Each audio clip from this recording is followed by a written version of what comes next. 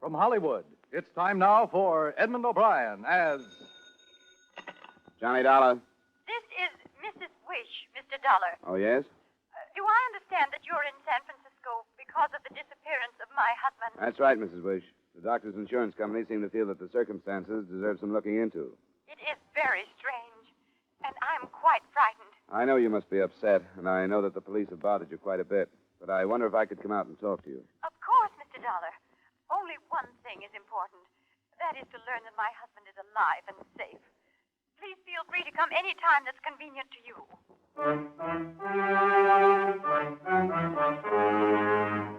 Edmond O'Brien in a transcribed adventure of the man with the action-packed expense account. America's fabulous freelance insurance investigator. Yours truly, Johnny Dollar.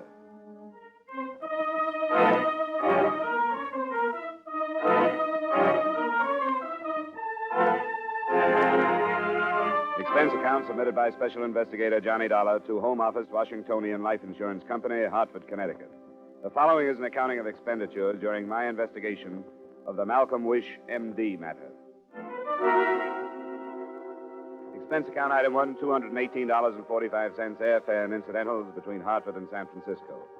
There, after a phone call to his wife, I went to the home of the missing Dr. Wish, which was situated about halfway up fashionable Nob Hill.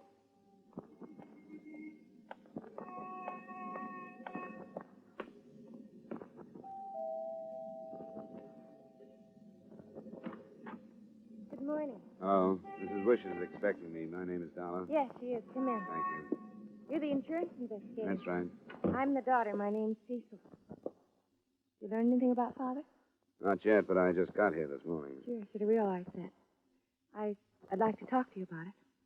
Do you mean you think you know some other things that other people don't? Some other people.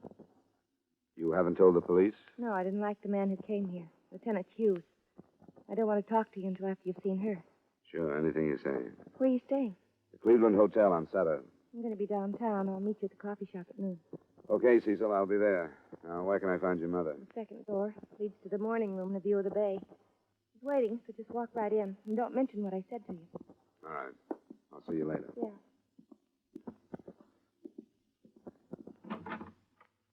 Mrs. Wish? Yes?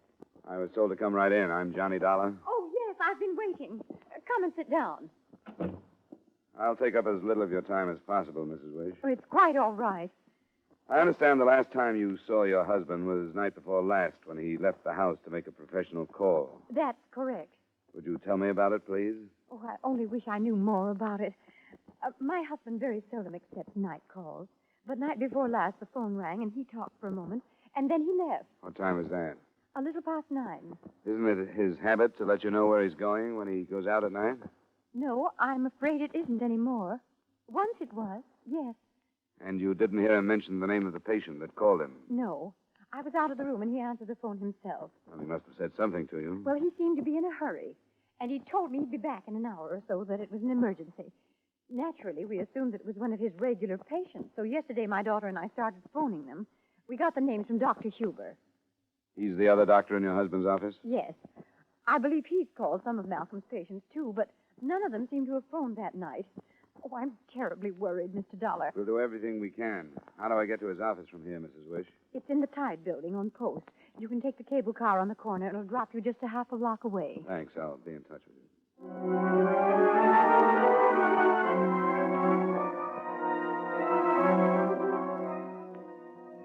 Come right in, Mr. Dollar. I'm sorry I was so brief with you on the phone. I had a patient in the office at the time. That's perfectly all right, Dr. Huber. It wouldn't help matters to discuss Malcolm's disappearance in front of him. You know how tongues wag. Please be seated. It is true that this situation is not yet common knowledge? The papers have left it alone. How did you hide the truth when you phoned his patients? What? Oh, of course, you have met with his wife. She was insistent that I do that. But it is not my duty, I thought, at least at this time. Do you not agree? I suppose so, if you don't think Dr. Wish is in danger. I don't jump to that conclusion until I see some reason. The man has disappeared, Doctor. Many men have disappeared. Dr. Wish is 52 years old.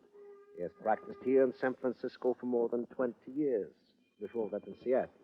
The past 2 months, I have noticed a change in him, tiring. He was no longer satisfied with his life.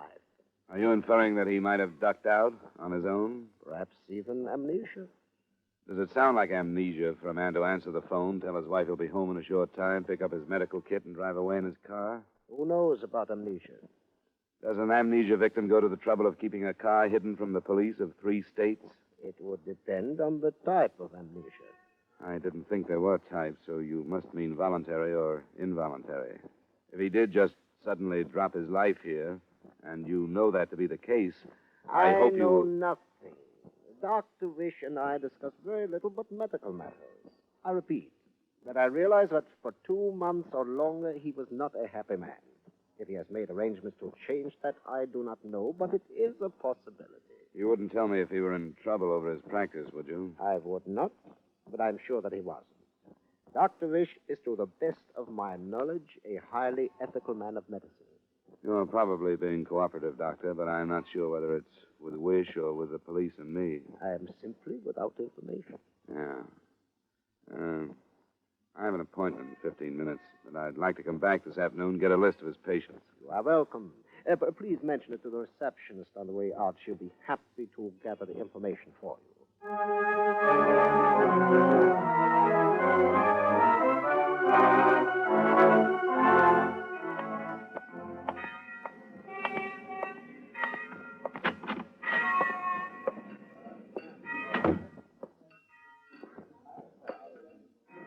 Good afternoon, sir. Would you prefer a table or the counter? I was supposed to meet someone here at noon. 5 after, sir. Yeah, I know.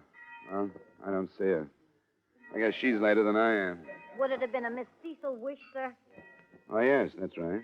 Then if you're Mr. Dollar, she phoned and asked me to tell you that she wasn't able to lunch with you, but that she would be reached by phone at her home any time after 2. I see.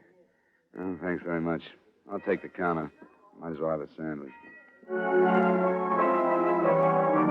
I didn't suspect Cecil's motives until I left the coffee shop. Then I realized I was being followed. I kept my eyes pretty much off the man, but saw enough to describe him. Medium height and a broad-shouldered suit, and the hair that showed below a hat was so white blonde that I thought it must have been bleached. He followed me to a drugstore where I phoned Lieutenant Hughes, the detective on the case. Then my shadow followed me aboard a Market Street bus and dropped off a block after I did. He was lounging on a corner when I went into police headquarters.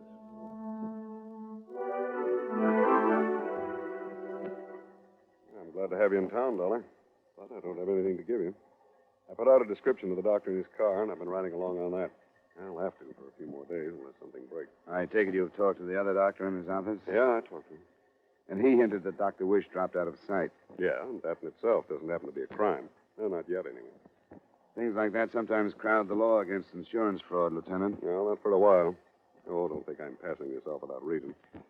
With the information I have now, there's darn little I can do, except wait and see if the wife doesn't get a brush-off by mail from Alaska, someplace that's legal. Do you have a line on any women in his life? It doesn't necessarily have to be one, does it? It helps sometimes. Do you know any reason why somebody should be tailing me? Tailing you?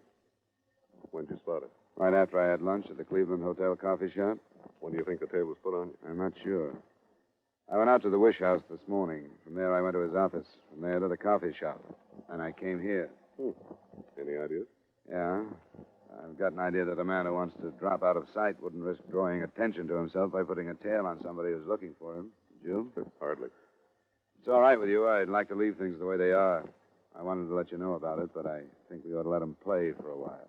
I'll go along with that. I got some good men I could put on it, but there's always a chance of tipping him. Let's leave him alone. Maybe he's only a hungry tourist who thinks I might lead him to a good steak.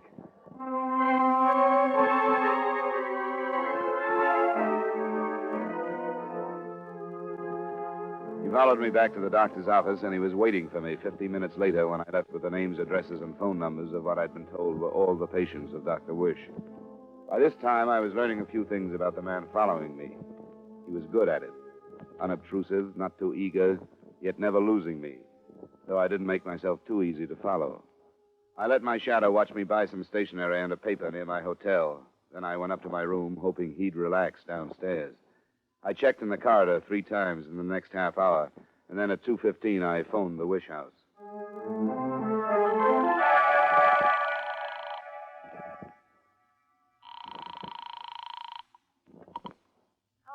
Wish?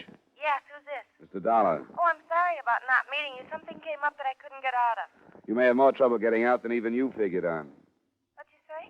It doesn't look good when you promise information and then don't show up to give it. Why did you really make that date and then not show up? I couldn't help it. There wasn't anything I could do about it. What is this information you have? You can give it to me now, can't you? Not over the phone. I'll come up then. No, because Mother will be here. I'll have to meet you someplace. Are you at your hotel? I can be anytime you say. Where then, the bar? I think it'd better be my room. Well, that...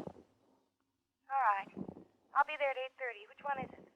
8:30? Why so late? Because Mother will be here and I'll have to sneak out. Sound as if you've learned something, have you? We'll talk about it when you get here. The room is 323. Don't stop at the desk. Come right up to the third floor and wait near the elevators. I'll be a minute or so late. Why do I have to Never wait? mind. Be here. If you stand me up again, I'll see that the police make the next date with you. Why are you threatening me? I'll be there. So will I, Cecil. Goodbye.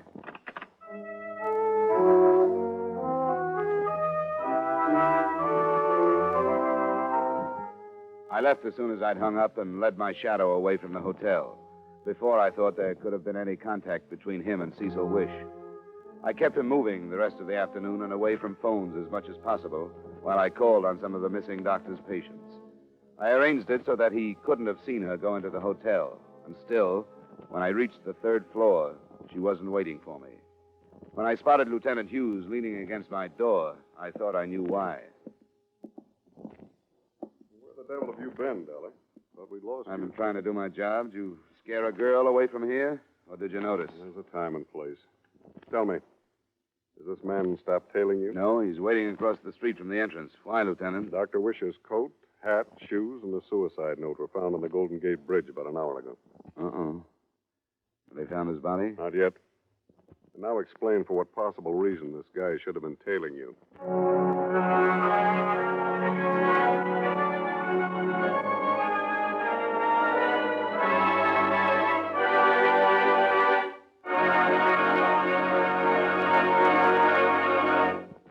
We will return you to the second act of yours truly, Johnny Dollar, in just a moment. George Raft, popular screen star, plays Rocky Jordan, an American in Cairo. His mission, adventure. Every week starting next Wednesday over most of these same CBS stations, George Raft as Rocky Jordan gets enmeshed in new, often bizarre exploits. Next Wednesday, Rocky Jordan takes part in a search to find a beach strewn with diamonds. Don't miss this exciting CBS thriller. And now, with our star, Edmond O'Brien, we return you to the second act of yours truly, Johnny Dollar.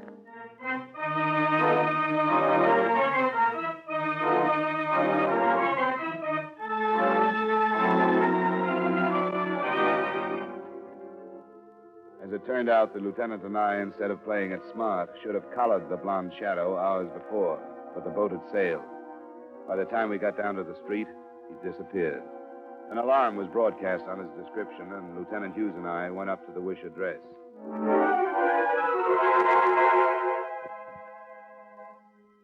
This doesn't seem possible. I've steeled myself to accept almost any kind of horrible news, an accident, some sudden illness, anything, but not this. Didn't your husband in any way show that he might have been despondent? In no way. Was there any trouble between you and him? We were normally happy little spats.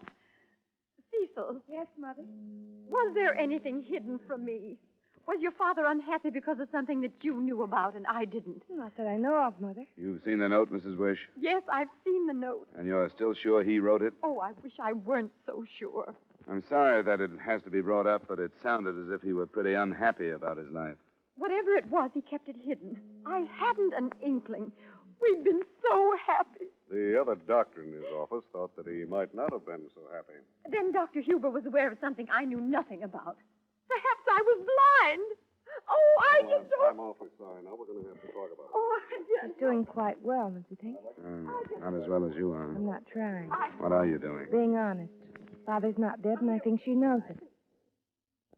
I'm glad you're so sure. Not a suicide from the Golden Gate Bridge. That's too much. Come on out in the other room. We'll be back in a minute, Lieutenant. Yeah, all right. Cecil, where are you going? I'll come right back, Mother. Father had no reason to take his life. What do you think has happened, then? I was going to tell you what I thought when we planned to meet at noon, but I changed my mind. Is it a change of mind what came up that you couldn't get out of? Harder to get away from than a lot of things. First, I thought that he was playing a dirty trick on me. Then I wondered if I wouldn't be playing a dirtier one on him by telling you about it. You changed your mind about meeting me at 7, too. I got the news about the things on the bridge just as I was leaving. Father's reached what they call the dangerous age. I guess it is. He finally fell in love. I don't envy him. Dr. Huber diagnosed it as possible amnesia. A typical Huber diagnosis. I don't think he knows about things. But you found out. Of course I did. I wasn't taken in by these night calls at all. I followed him. I even talked to her without her knowing who I was. She was nice. And I felt like a chaperone. What's her name? Ann Mobius. Did she talk you into luring me to that coffee shop? What do you mean? I was onto that guy that was following me from the time I left there. I don't know what you mean. Stop it. I led him right over to police headquarters and told Lieutenant Hughes about him. Mr. Dollar, I don't know what you're talking The about. guy was good. I had half a hunch he might be a private detective. But then when I realized how well practiced he was on melting away from the police, I began to wonder. There's a police alarm out on him now, so you'll save a lot of time and trouble by telling me who he is and where we can find him. You think I made you go there so you could be followed? I was followed. Why? You put me in that coffee But shop. why were you followed? Because I was looking for your father. You know that. I don't know it. Yes. I don't know anything about her. She's younger than Father, about 34 or 5. Married or single? I don't know. Where does she live? Wesley. It's an apartment, a building on Van Ness. I thought they'd run away together. Maybe. Give me the apartment number. Lieutenant and I'll go and see.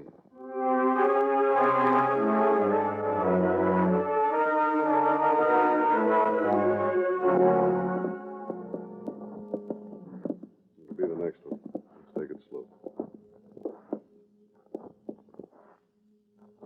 No voices. Wait a minute. No, I guess not. There's a light showing under the door, though.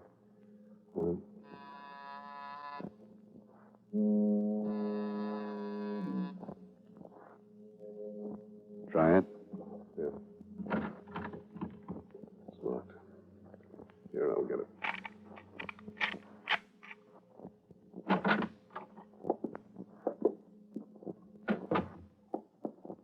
That closed door must lead to a bedroom. Mm-hmm. Let's try it. Hold it. There on the floor. Man's suit coat. Suit coat. Let's see that. Look at the side here. It's dried blood. A lot of it. Sure. Look here. Bullet hole? Or a knife? Huh. The label says Brewers, Carson City, Nevada. Yeah. Let's look in there. Got the light switch? Yeah. There's the shirt that was under the coat. Look there, more bloodstains on the bed. There's something more, Lieutenant. It figures that Dr. Wish was here, all right. There was a metal wastebasket in the bathroom doorway. In it was a large amount of surgical dressing, all bloodstained. It told of a wound that had been dressed and redressed a number of times. Other things in the room fell into place. A sales slip from Mill's department store in San Francisco. It was in receipt of the purchase of a man's shirt and jacket, probably to replace the bloodstained ones left in the apartment. The slip was dated PM, the current day, which was Thursday. And finally, on the dresser, we found a day-old Nevada newspaper. The front page item that seemed to fit reported, unidentified trio murders and robs Carson City betmaker. Dying man believed to have wounded one of his assailants. Well, the time figure's all right. Leaving then, they could have gotten to San Francisco by 8 or so, the night the doctor disappeared. There are a couple of stands in town that carry out-of-state papers. They're a day old, so this one must have been bought today. And we didn't miss him by far, Lieutenant. According to the signs, this guy must be in pretty bad shape. To get him out of this building without drawing attention, they'd have to do it after dark, don't you think? I think they were plenty rushed. They'd done something to cover up the tracks here if they'd had time. Dr. Wish's coat and stuff on the Golden Gate Bridge. Where does that lead? Almost any place. It's wide open once you're across the bridge. But the blonde man who was still following me when I met you at the hotel, after sticking together this far, would they leave him or come back after him? That's a thought. I'm going to get on the phone out here and put some men on it. I'll check the tenants on this floor and see if the building manager's come in yet. I'll meet you at your office.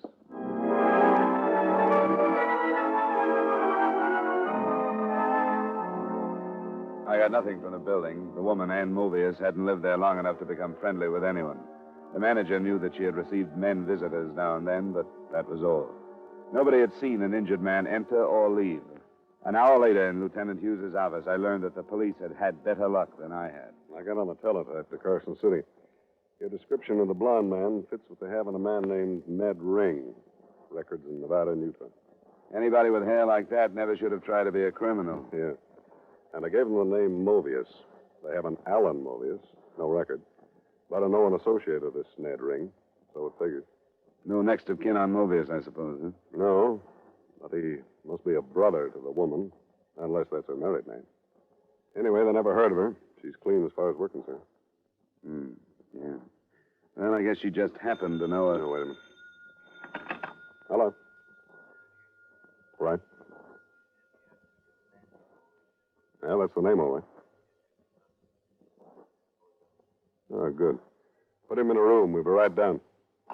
How was that? Your blonde friend. He was picked up boarding an airport limousine.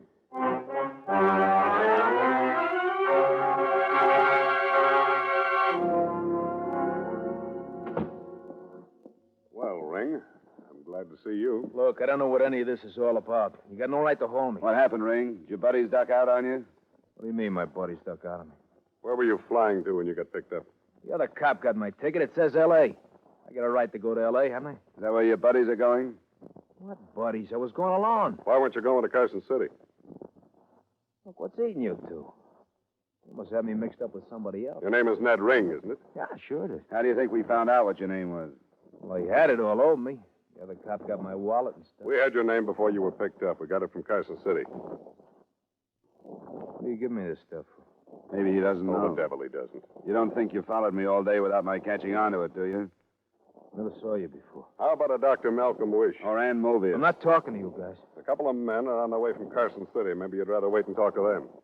I don't know anything about anybody in Carson City. Yes, you do, Ring. It started out to be an unidentified trio that killed that bet maker in Carson City. But it isn't anymore. We've got your name, and we've got another one, Alan Mobius. And we've got a link between Ann Mobius and the doctor that disappeared the other night. He was held in an apartment on Van Ness. He took care of one of your buddies who'd been shot. That's a kidnapping, right? And now it looks like another murder. You tried to set it up like a suicide, but if he went off that bridge, he was pushed. I don't know anything about that. About what? That, whatever you're talking about. Get off it, Ring. You're tied up. They left you, Ring, didn't they? They had to get out of that apartment. And while they had you off tailing me around town, they left. And they left 100 leads pointing right at you. That's why you're here. They even left the newspaper with the story of that Carson City killing. They really ratted out on you. Yeah. Yeah, they sure did, didn't they? All right, where'd they go? I don't know. If I did, don't think I wouldn't tell you. They pulled out before you saw me go into my hotel about 8:30. Yeah, I guess it was it. Who's the one that was wounded? Mobius. We couldn't just leave him in Nevada. We should have. Kept yelling about a sister in Frisco was friends with a doctor, so we drove him all the way here. How bad is Mobius? Pretty bad. Slug is inside him someplace. How far do you think they could drive on him? I didn't think he could be moved out of that apartment without killing him. Where does the sister stand in all this? No place. She was stuck. Seeing her brother like that, she couldn't think of anything but him. She lied to the doc. She told him she got hurt to get him over. And Gould and me woke up. Gould. He's the third man? Yeah. He's the one who did the gun work in Carson City. We knew we couldn't let the doc go unless Mobius died or else got better so we'd get out of here. We was trapped more than the doc was. That's why I had a plan on his house and picked you up. I think you're talking straight with us, Ring. I hope you are. Haven't got much reason not to, have I? Well, there must have been some talk about where you'd go if you had to leave. We never did get to that. I knew where they were, brother, I tell you. And you can believe that. I'm not aching to take all this by myself.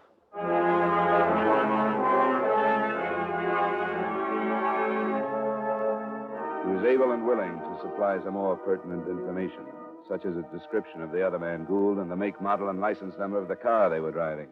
Even with that, it looked like the case would stretch over into the next day. But at 11:30, Lieutenant Hughes got a phone call from Petaluma, a small town some 30 miles north of San Francisco. All that drugstore. Douglas was handed a prescription for a painkiller that he had his doubts about. It was filled out by a Dr. A. Wish. He called the sheriff's office, and they have a man on the customer. Yeah, this is probably it.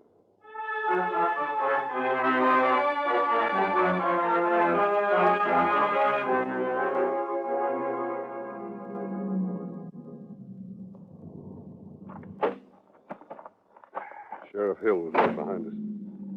You get the layout of this place? I guess all these motels are about the same. Driveway up the middle, rooms on each side. That puts number 12 on this side, I guess. I wondered if it was the light showing under the curtain. I put 2 men to watch this side, but I don't think there's a way out except the driveway. All right, Sheriff. Well, I think we're ready to go in. Number 12 was in the middle of the row of accommodations on the right. Only 3 of us went to the door, and none of us expected trouble. Certainly none of us expected the kind of trouble we found.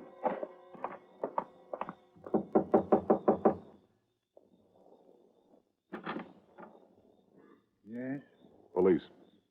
Where's Dr. Wish? police. I am Dr. Wish. I'll stay outside, Lieutenant. All right, sir. You all right, Dr. Wish? Yes. I was sort of surprised when you answered the door. Where are the others? Ann Mobius, her brother, the man named Gould. They're here Where? in the bedroom. I'd like to tell you I've killed them all. Sit down, Dr. Wish. I'm going to go take a look, Dollar. Tell me what happened.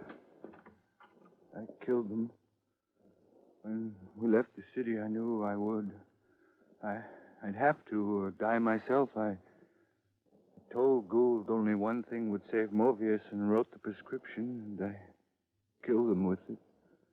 The wounded man with an injection, the others internally in water. And Mobius, too? Yeah. And Mobius, too. With her brother. She was with him. She told me she wasn't. She told me she... I didn't believe. I didn't believe. Dr. Wish. Told me before she died. She... Lieutenant Hughes. We have to get him to a doctor. He's got some of that stuff himself.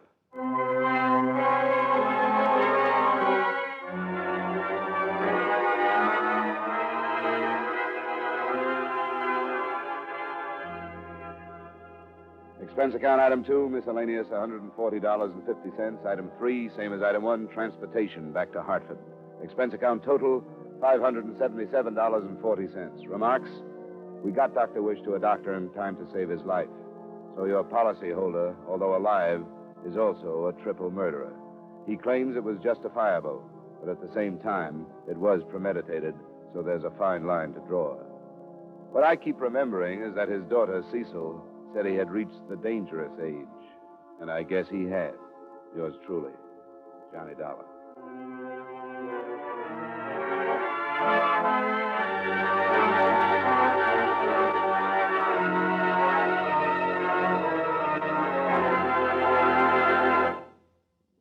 Yours truly, Johnny Dollar, stars Edmond O'Brien in the title role and is written by Gil Dowd. Edmond O'Brien can soon be seen in the Paramount Pictures production Warpath. Featured in tonight's cast were Jeanette Nolan, Virginia Gregg, Ray Hartman, Bill Boucher, Tony Barrett, and Lou Krugman. Yours truly, Johnny Dollar, was transcribed in Hollywood by Jaime Del Valle.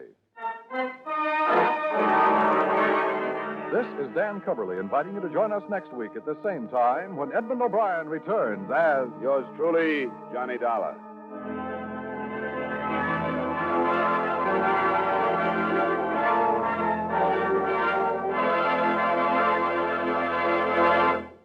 For your security, for your country's security, invest regularly in United States defense bonds. Buy them automatically through the payroll savings plan where you work. For personal security, for America's defense. Now, let's all buy bonds.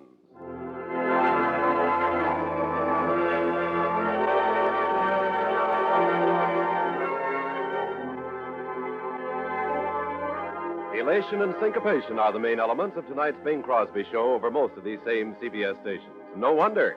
The Groner himself vocalizes and informalizes. And Bing's guests include Tommy Dorsey with some fancy licks on his slide trombone, hot violinist Joe Venuti, and that equally torrid songbird, Teresa Brewer. Tonight on the Bing Crosby Show, for it follows immediately over most of these same CBS stations.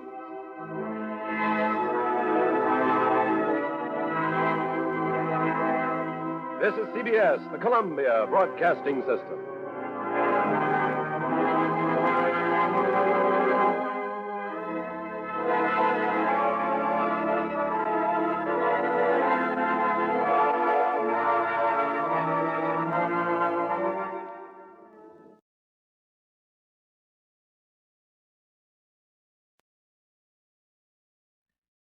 From Hollywood, it's time now for Edmond O'Brien as...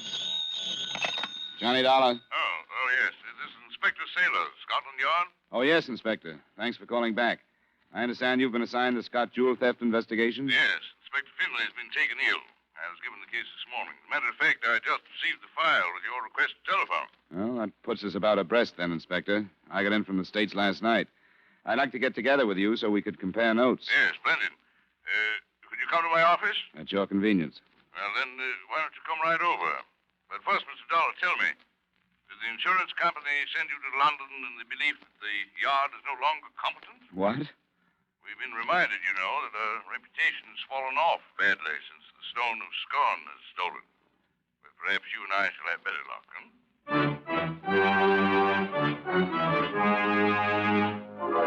Edmond O'Brien in a transcribed adventure of the man with the action-packed expense account.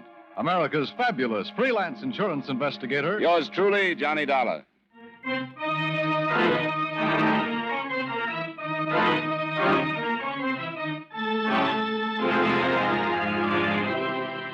Expense account submitted by Special Investigator Johnny Dollar to Home Office Financial Surety Company, Hartford, Connecticut. The following is an accounting of expenditures during my investigation of the Hatchet House theft matter. Expense account item 1, $432.50, airfare and incidentals between Hartford and London, England. I arrived in the evening and learned by phone that the original inspector assigned to the case had been replaced. The next morning, I was in contact with his replacement, and at 10:30, I was directed to his office.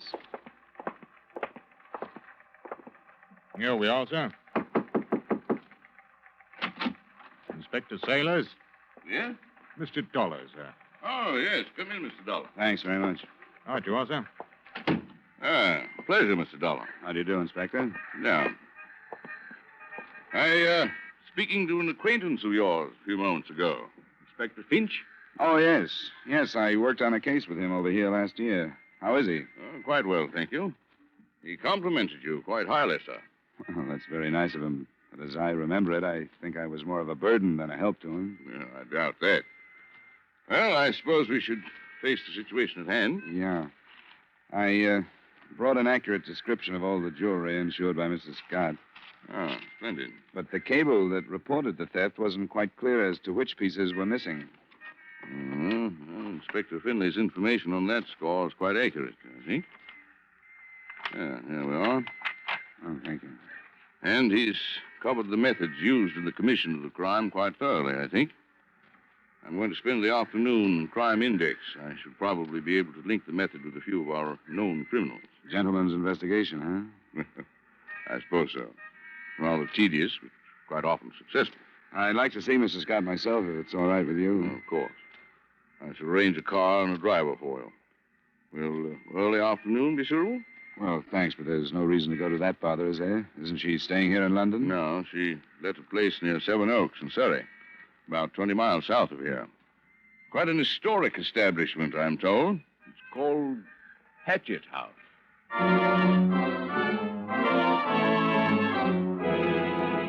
Before I left London that afternoon, Inspector Sailors and I pulled the few facts we had. I was able to tell him that Mrs. Marcella Scott, reputedly a wealthy Texas widow, was actually slightly on her uppers as far as ready cash went. She had sold some jewelry the previous year for considerably less than its insured value. He gave me the news that Mrs. Scott frequently had been seen in the company of another American tourist named Norman King. And together, we figured the loss at slightly over $100,000. Hatchet House was a medium-sized pile of ivy-draped masonry just on the northern fringe of Seven Oaks. In addition to history, it boasted some seclusion, being set back from the road in the middle of a walled garden. Mrs. Scott was in the village, but was expected back momentarily, and would I care to come in and wait? The library is quite comfortable if you'd care to go in there. In a minute, thanks. Your name is Garrett? Yes, sir. You've been employed here during Mrs. Scott's whole stay? Oh, yes, sir. She bought my services from the other side. I'm not without recommendations in Seven Oaks, sir. And you must know pretty well who's been in the house, at parties and so on. I'd say so, sir. But they've all been genuine people. Class, you know. I wouldn't say that any of them would stoop to thievery. How many other servants are there? 2 that live in. There's Millie Hankey. She's a maid. There's old Mr. Minns. He's the gardener. He's got a cottage out back. Mrs. Scott was entertaining night before last when the jewelry was stolen. Had she hired any extra servants? No, sir. Oh, thanks, Karen. Oh, there's Millie. Millie, come here, do. Here's an American gentleman to see you. How do you do, sir? You're Miss Hankey? Yes, sir. He's come all the way from the other side, Millie, about Mrs. Scott's jewels being stolen. It's a scandal, that's what it is. But I don't suppose you'd say it's the only one. Watch your tongue, Millie. Watching it. I'll be in the pantry, sir, if I can be of any more service to you. Thanks, Garrett. I will want the names of the people who were here the other night. Right, sir. I'll write them on a paper. He's got a nerve telling me to watch my tongue. A scandal's a scandal, genuine people or not, and he knows it. Just what did you mean, Millie? I suppose a servant's paid to keep her eyes open and her mouth closed. But I haven't been a servant long. I'm only a village girl from Penrith, but I know right from wrong. You don't approve of some of the things. No, I don't. And I'm going to leave when I get married. Maybe next month. Congratulations. Thank you, sir. He's a good man. I'm sure of that. So big and strong. Lots of fun. We'll have an inn of our own someday, and I won't have to be a servant anymore. I wish you a lot of luck. Thank you, sir. I want you to know, Millie, that anything you say to me will be kept in strict confidence. Yes, sir. You look like the honest kind. Now, what things especially didn't you approve of? Something that's caught your eye could be important. I don't know, but one thing, being a widow at her age, it's indecent, that's what. And I've seen them making jokes in front of the photo of her poor dead husband. He was older, you know. Yes, I knew that.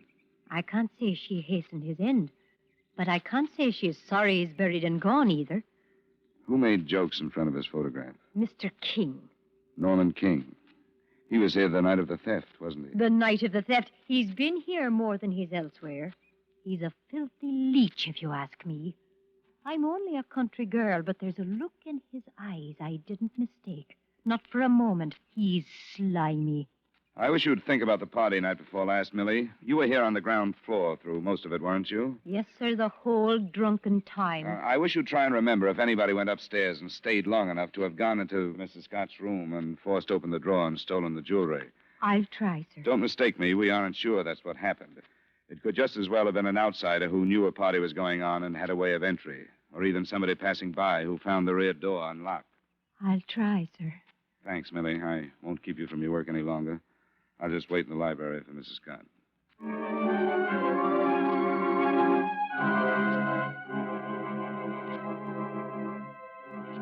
I waited an hour until the butler, Garrett, notified me that Marcella Scott had phoned. She had met some friends in the village, had driven to London with them, and wouldn't return until the next morning. I could find her any time after 9 that night at Claridge's Hotel. I spent another 20 minutes with the servants and left for London and Inspector Saylor's office.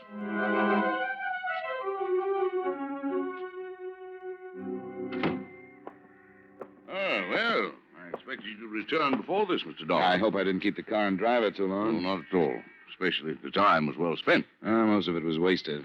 While I waited for Mrs. Scott in Hatchet House, she was on her way to London. Oh? She's here now? Claridge's. She came in with friends. Well, doesn't seem to be upset over her loss, does she? Nor the loss of her husband either, I take it. Oh? I'm interested in the association between her and this Norman King. I see. Then you did have a talk with Miss Mildred Hankey, the maid, hmm? Yes, I did. Why? Did you? No. Inspector Finlay did. What did he say about it? Well, she suffered from an insane hate or jealousy because of this Mr. King. I didn't see it quite that way. That she berated the friendship shared by Mrs. Scott and him. This is what he jotted down. Investigate possibility of collusion between Hankey girl and King. Well, as I said, I didn't see it that way, but maybe he hit something. Perhaps. King's from New York. I'm going to make a phone call, see what I can learn about his background. In the meantime, I hope to meet him. At least I think he's here with Mrs. Scott. You're going to see her, then? Her message was that I could any time after 9. I plan to be available about 2 minutes after. I shall be interested to hear. Did you get anything from your files? Nothing. Dreadfully and absolutely nothing.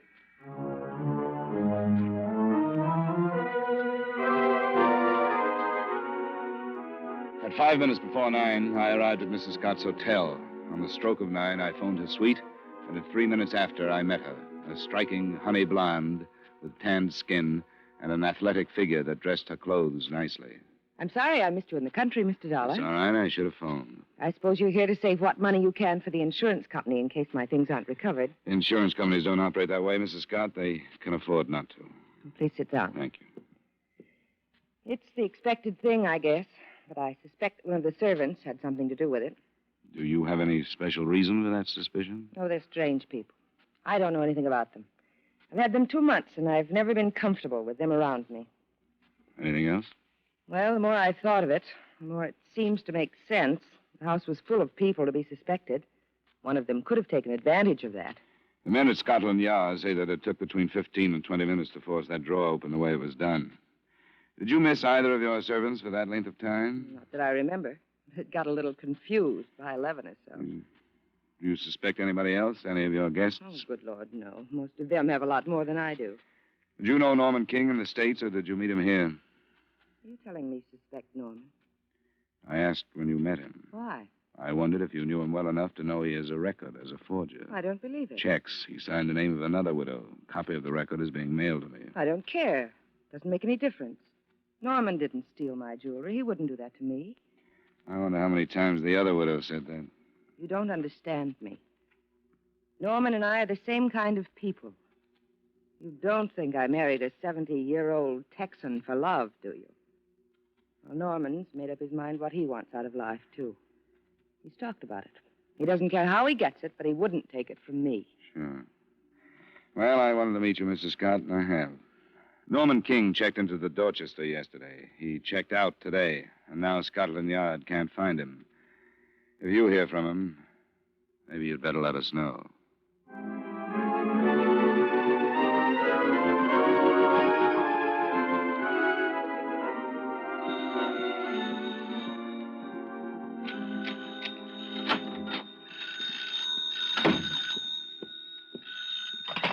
Johnny Dollar. Inspector Sailor. Oh, hello. I'm sorry I took so long to answer. I just got up to my room. Yes, well, I spoke to the clerk at the desk. He thought you might be going up now. Asked him to ring. You saw Mrs. Scott? Yes, I didn't learn much, but I don't think she's mixed up in it. No. Well, perhaps I have some news for you. What's that? I just received a report of a killing in Limehouse. The constable described a piece of jewelry found at the scene, and it corresponds quite closely to the description of Mrs. Scott's emerald brooch. Oh? Who was killed?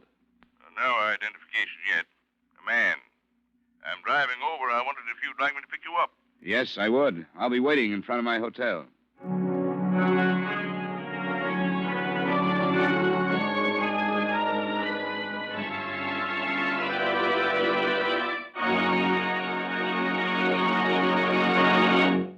We will return you to the second act of yours truly, Johnny Dollar, in just a moment. What is the secret of Dr. Walter? Sorry, we don't have the answer, but we know where it can be found. Tomorrow night, over most of these same CBS stations, with a tale well calculated to keep you in suspense. The unique theater of thrills called Suspense looks into the eerie matter of Dr. Walter's private life. Another thrilling CBS suspense drama tomorrow night. And now, with our star, Edmond O'Brien, we return you to the second act of yours truly, Johnny Dollar.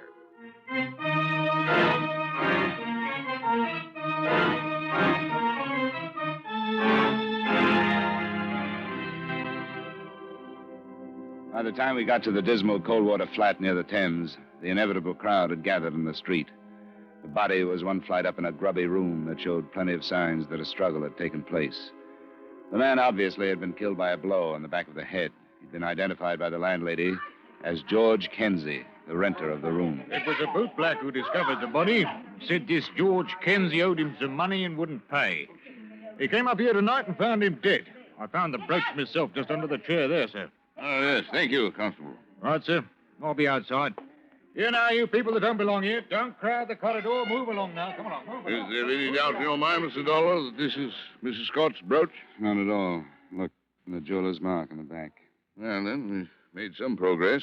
I hardly think we'd be so fortunate as to find the 4 remaining pieces here. No. Offhand, it looks like there was trouble over dividing the loot, and the winner took the rest, don't you think? Quite possibly. Norman King? I'd feel better if he was found. So would I. Matter of fact, I wish you'd keep your American criminals in America. We've quite enough to keep us busy without them. Hands off me. Hello. I haven't done nothing. I was going to Mr. Kinsey's digs of me own free will, and I don't need no help from nobody. Not half, you don't. Miss Glory Stokes, Inspector. She said she'd come to pay a visit to Mr. Kinsey, but she made off the other way when she heard the news. Well, come in, Miss Stokes. I will not. Not with him lying there like that. Very well. Constable, ask Miss Stokes if she'll please accompany you to the yard. Mr. Dollar and I will see her there.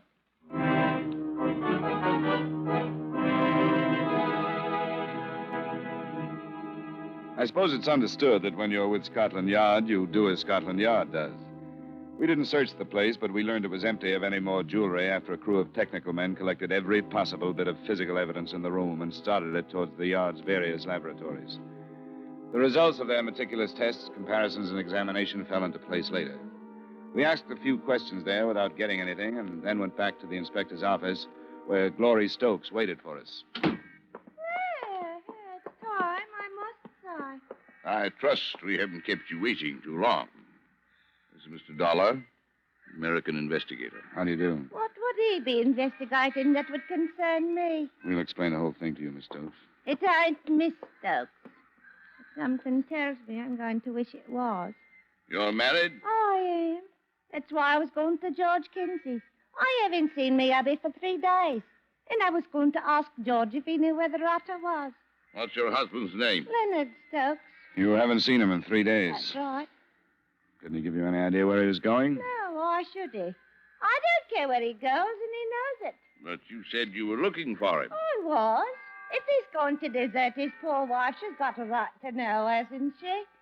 Yes, I suppose she has. I take it he spent quite a lot of time with this George Kinsey. Yeah, too much if you ask me. George was no good. He was a thief. I knew he'd end up dead like this. And if I told Leonard once, I told him 100 that he'd get into trouble if he chummed with him. He is in trouble. Ain't he in trouble?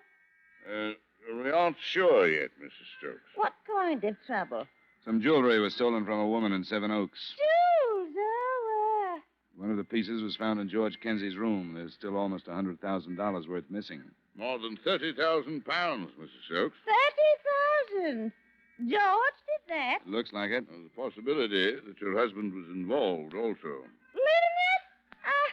Don't make me laugh. He wouldn't have the brains.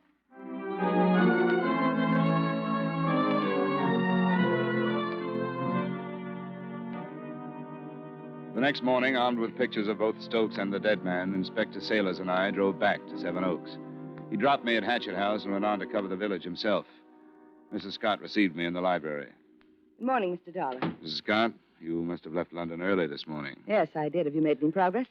Some, yes. Have you heard anything? I was very unhappy after you left last night. Why? Did you suddenly get lonesome for your jewels? I think you know why. I made a confession to you. I let you see what I really am. I never do that. It's all in confidence. Forget it. I've been trying to. I got a radiogram from Norman King. It arrived here late yesterday afternoon. Did you notify Scotland Yard? No, I know you asked me to, but I didn't think it was necessary. He's on his way back to New York. He wouldn't do that with stolen jewelry, would he? It would be stupid, but I'll want the name of the ship. I'll give it to you. He inferred that he knew his record would come to light because of the theft and that he'd feel better leaving England before he was asked to leave. He's a stupid, irresponsible dunce. Yeah. I have some photographs I want you to look at. Here, I'll spread them out on the table. Who are they? Pictures of this man may not be quite lifelike because he was dead when they were taken. Who is he? His name is George Kinsey. He was found beaten to death last night. Your emerald brooch was on the floor near him, so we're assuming he was killed because of your jewelry. You ever seen this man around here? No, not that I remember. I want you to remember one way or the other. It's possible that this man just received the stolen property from someone else, but if we can find somebody in the house or in the village who recognizes him, then we'll feel sure that he actually was the thief, or one of them anyway. I'm trying to be sure. What about the other one? I don't think I've seen either of them. And if you'll leave the room, I'd like to talk to your servants. You're going out of your way to be nasty. You thoroughly despise me, don't you? No. What I dislike is the fact that the physical part of you wasn't matched up with some mental apparatus that deserved it. Why? You asked me a personal question, Mrs. Scott.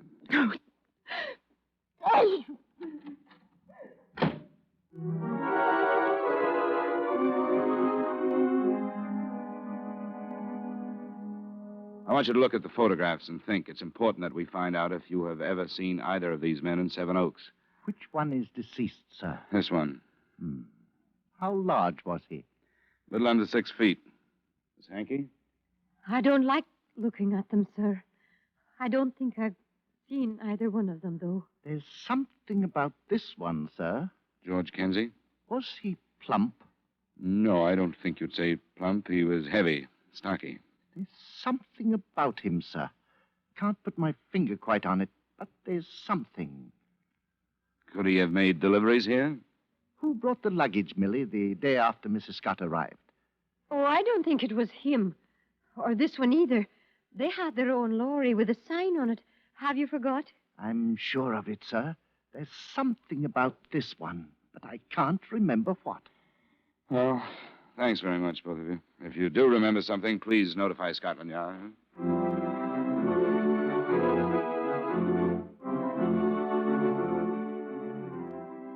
In the village, Inspector Sailors had found a few people who thought they recognized George Kenzie and 2 who were positive. None of them had recognized Leonard Stokes. So by the time we had left Seven Oaks, we were fairly sure that Kenzie had been actively involved. But since he was dead, being sure didn't mean any progress.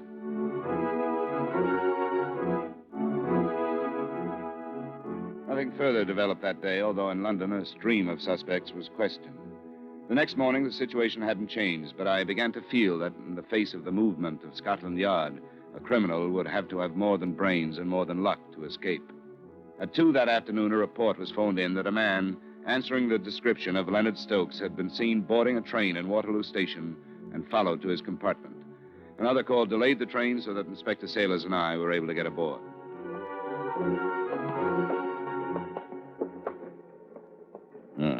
Here we are. If you don't mind, Mr. Dollar. It's your island, Inspector. Yes, thank you. Scotland Yard. What? Are you Leonard Stokes? Am I who? No, I'm not. Who are you then, sir? Well, I don't see how you have a right to You go... must have identification. Let me see it, please. All right. I'm Leonard Stokes. Who's he? An American, Mr. Dollar, sent here to recover Mrs. Scott's stolen property. You know where it is, Stokes? Answer him. It's all right. All right, I know when I'm beat. Yes, I know where it is. But I didn't kill George. How did you know he was dead, Mr. Stokes? Well, I tried to telephone him. That's how I found out. He was killed because of the jewelry, wasn't he, Stokes? I don't know. I don't know why he was killed. When was the last time you saw him, Mr. Stokes? Tuesday night. You went to Seven Oaks? I went to Seven Oaks, yes. Look, I'm willing to cooperate. Inspector, I'll tell you my part of it. Well, that will make it a great deal less difficult for all of us. Yes, sir. Well, he asked me to go to Seven Oaks with him. I didn't know what he was up to. I thought we was just going for a little drive. Out of 5 pieces missing, Stokes, we found 1 in Kenzie's room. Now, if you know where the rest of them are, you must have known what he was up to. Well, if I had, I wouldn't have gone. That's the truth. Before I knew it, he stopped off at this Hatchet house and told me to wait in the motor. He must have explained why he stopped. Well, he said he had a friend to see, a gardener.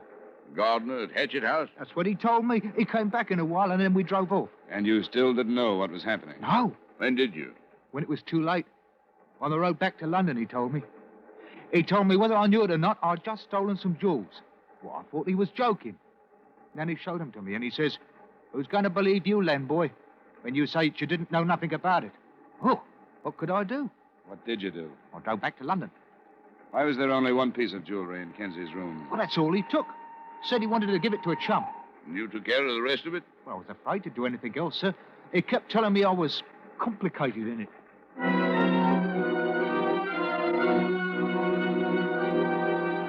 Stokes' innocence, as far as the robbery was concerned, became a little embarrassing even to him by the time we got him off the train and back to Scotland Yard.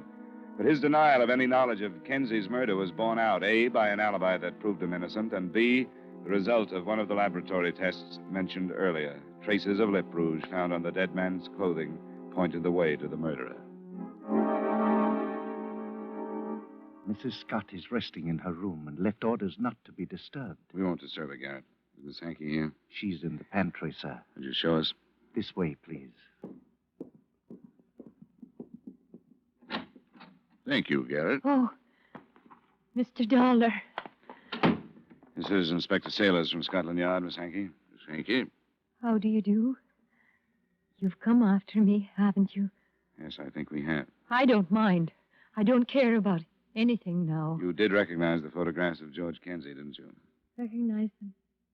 Yes, I suppose so. I remembered. I remembered the man I fell in love with. I told you I was going to marry, didn't I, Mr. Dollar? You met him in Seven Oaks? Yes. He told me he lived in London. And I felt like a child. I'd never gotten to know anyone who lived in London. When you're born in Penrith, you never do. He was so nice. He could talk so I could listen all night. Did he question you concerning Mrs. Scott? He took me to London. And he told me he wanted to marry me. And I believed him. Millie, we're sorry. I wanted a husband the same as every girl. But he was lying. He knew I was a servant. And he found out about things. Then, inadvertently, you told him about the entertainment Tuesday night. The party? He said he was going to come. I left the rear door unlocked because I was going to give him some refreshments. I thought he hadn't come. But he had. He lied to me. That's why I killed him. You went to London last night? Yes. He told me to leave London. He told me to go back to Penrith. Then I knew that he'd lied to me and that he'd stolen the jewelry. He called me a stupid country girl. And that's when I hit him. I hit him and hit him. Because it was true. That's all I am. A servant. And I'll never be anything else.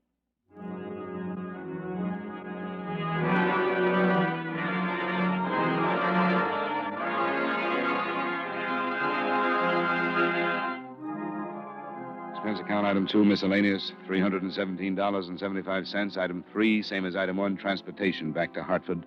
Expense account total, $1,182.75. Remarks? The jewelry was recovered, but in spite of its value, that didn't seem too important. The importance, as I saw it, lay in the complete reversal of values. Mildred Hankey, who only wanted goodness, had found badness. And Marcella Scott? Marcella Scott left for Capri the following day. Yours truly, Johnny Dollar.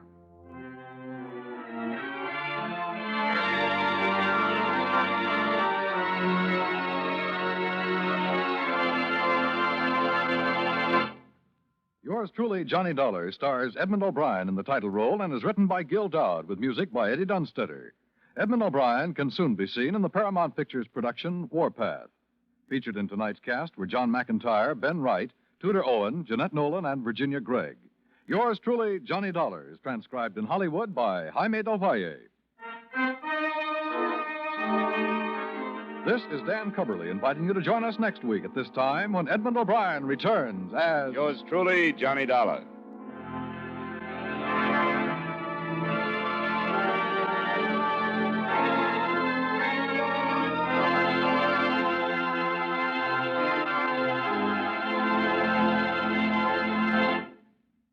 Tonight's the last Bing Crosby show of the season on CBS. What's more, Ken Murray, his pretty blonde songbird, Laurie Anders, and folk singer Burl Ives are all on hand to help the groaner ring down the curtain.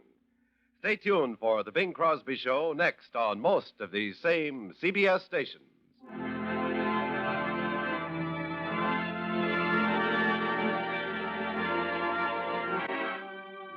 This is CBS, the Columbia Broadcasting System.